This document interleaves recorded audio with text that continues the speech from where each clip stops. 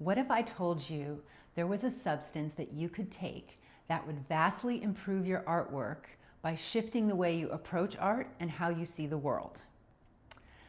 Well, there is, and I think you know where I'm going with this. It's called magic mushrooms. And in this video, I'm going to share my experience with them and how it changed my artwork and how I approach art and how I now feel about art in general. And the reason that I am sharing these experiences is because I feel very strongly that what I learned and the messages that I got on these journeys was not just for me, but that it could be valuable to all artists. And I'm really hoping that after you hear my story, you're going to have a deeper understanding as to why art is really important. And maybe it'll inspire you to connect even more fully to that pursuit and with a deeper sense of purpose around it. So just a little disclaimer, I am not encouraging anyone to take these substances. This was just something I was pursuing. It is not for everyone. And if it is something that you are looking to do, please do it safely and legally. Okay, so that's out of the way. Let's get on with the video. In case you don't know, my name is Brett Renee. I'm an artist, and welcome to my channel. So my exploration of psychedelics began in 2020 during the pandemic. I had just moved to California at the beginning of that year, and I was going to art school and I was having a blast learning about painting. I had just started to do artistic painting. I had had a decorative furniture painting business for many years, but this was the first time I was actually doing artistic painting, and I was really into it.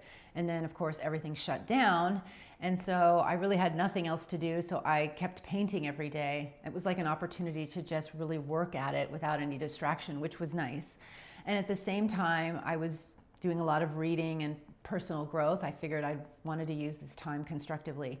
So one of the books that I came across during this time was Michael Pollan's How to Change Your Mind.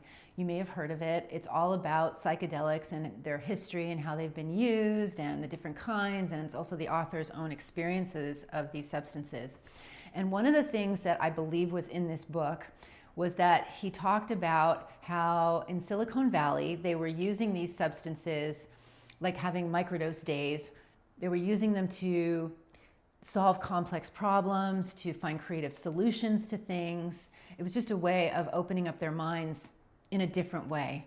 And after I read that, I thought, well, if they can do it with technology, why couldn't I do that with art? So I started to really want to experience this and see what happened. But we were in the middle of the pandemic, everything was shut down. I had just moved, I didn't know anybody. And then at the end of the year, I moved again, and I was again somewhere I didn't know anybody. So it wasn't until everything opened back up a couple years later that I noticed there was a meetup group in my town for people who were using entheogens for therapeutic reasons. And if you don't know, entheogen is another word for psychedelics. So I have never used these things, and the people in the group were using them for things like PTSD and depression and personal growth and stuff. But I was hoping, even though I was a newbie, that they would talk to me and I could get some more information and really understand more about it. So I went and I met the most wonderful group of people. They were very open with all their information and encouragement. And after a few meetings, I decided this was for me and that I wanted to try microdosing. So I set aside a day that I was going to do it, and I didn't realize that the mushrooms that I had acquired were a strain that was quite powerful. They were a hybrid strain. And so even though I just took a small amount, I had a full-blown journey on it. Now, this was not scary or anything, and I had space. I had the day open, so it wasn't like I had to be anywhere. So I just went with it. It was fine. And what happened was I saw a lot of colors and things at first. I mean, I guess I was just hallucinating, but then it turned into something much bigger. I was getting a lot of color coming through me, like an information highway of color. And it was just coming at me and coming at me. And it was in my hands, it was running through my hands. And I got so excited about it. I felt like the color was trying to show me something. And I remember I grabbed my colored pencils that were sitting on the table and a sketchbook, and I ran outside, and I was sitting outside at the table on my patio, and I was trying to draw what I was seeing, but I couldn't really see because I was just seeing so many colors all the time, and it was just coming so fast. I just couldn't do anything, and I got frustrated, and I just put it down and just let the whole experience take me. And then I started to notice that everything around me, like my table and the patio and the grass and everything, had vibrations running through it, and everything was in motion. And it clued me into the fact that really nothing in our world is solid. And it's kind of interesting that as artists, we are trying to capture an image while it's kind of an impossible task, because nothing is really capturable. Nothing is really like ever just solid. It's always in motion. So that somehow seemed to be a very significant insight to me.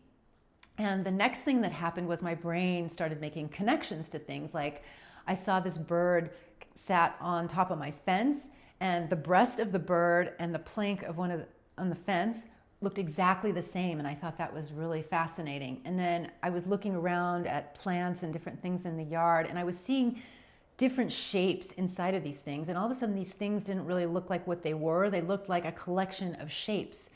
And after I realized I was really looking at it like an artist looks, because when we're not drawing like we're drawing a chair. We're not drawing the chair. We're drawing the shapes in the chair and the space between the spindles, right? You're drawing these abstract shapes that make up the chair.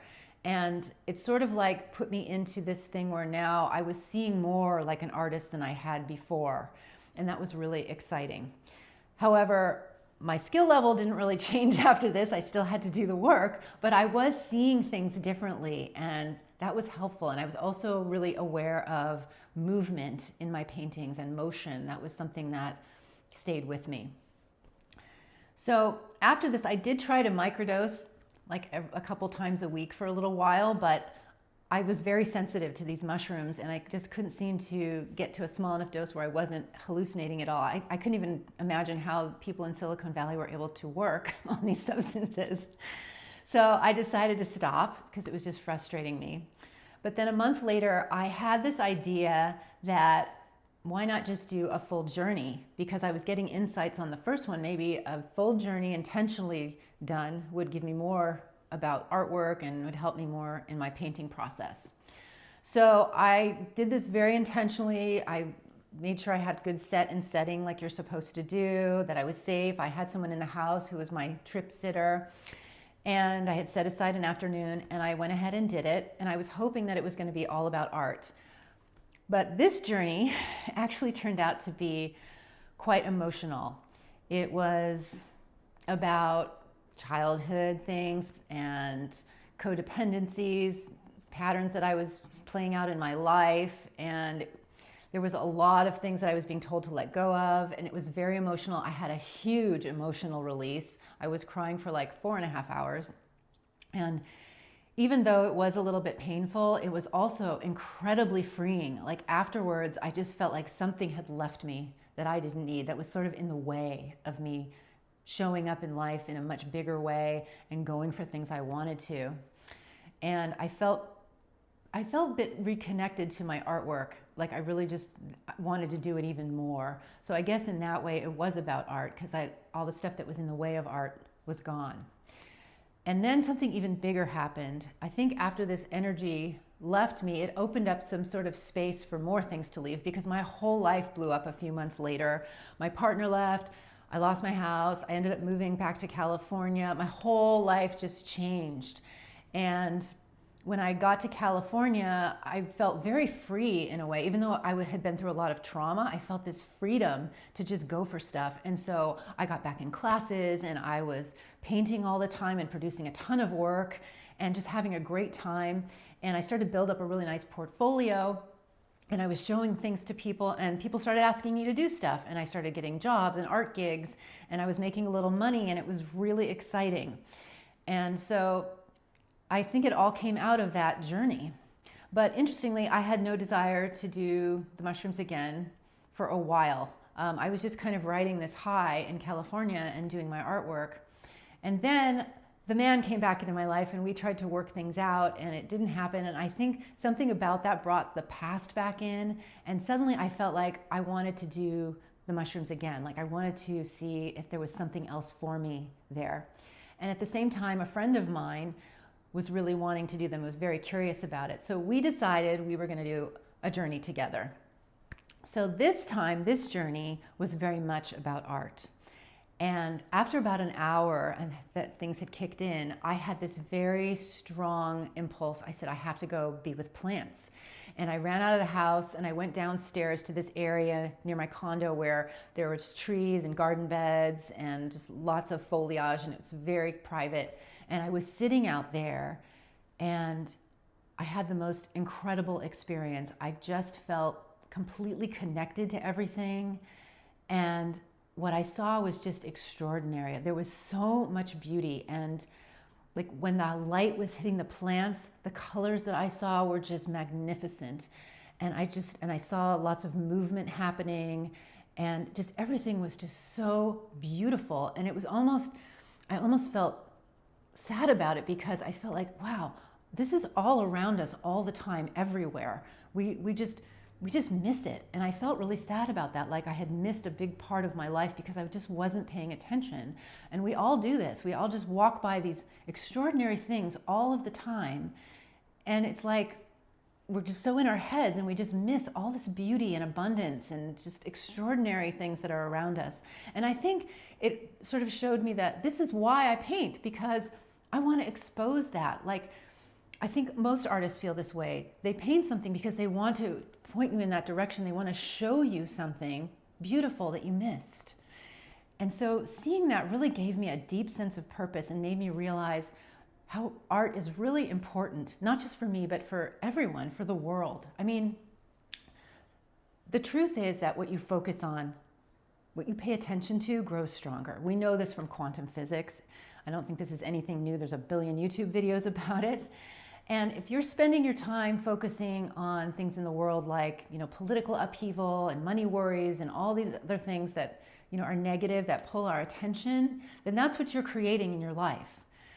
When I'm painting, I'm in this flow state. I'm feeling joy and happiness and love and abundance, and it's thrilling to me.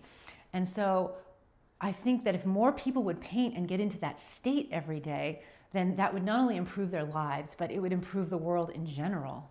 I know that painting has improved my life just because I know I'm in that field, and so good things come when I'm in that field more. So I realized that's why art is so very important, and why I wanted to make this video to encourage anybody that's watching. If you have this urge to create art, it is important and you should do it, if only just because of the energy that you are going to channel into your life and into the world. So after this journey, my artwork definitely changed. My focus before had been largely on painting buildings and a lot of architecture, and now I felt this real affinity with plants, and I immediately started this new plant series of watercolors, and it was really exciting to me. It was very detailed. It was unlike other work that I had done before. And I started my YouTube channel, and I felt very strongly like I wanted to connect with other artists, and I really wanted to get more work out in the world, and I wanted to teach, and I just wanted more of this. Like I just wanted more of this energy going through me and in my life. So I hope that inspires you, and that's my story. And I really want to thank you for joining me today on this video. If you enjoyed this, give me a like or subscribe. That would be great. And hopefully I will see you on the next one.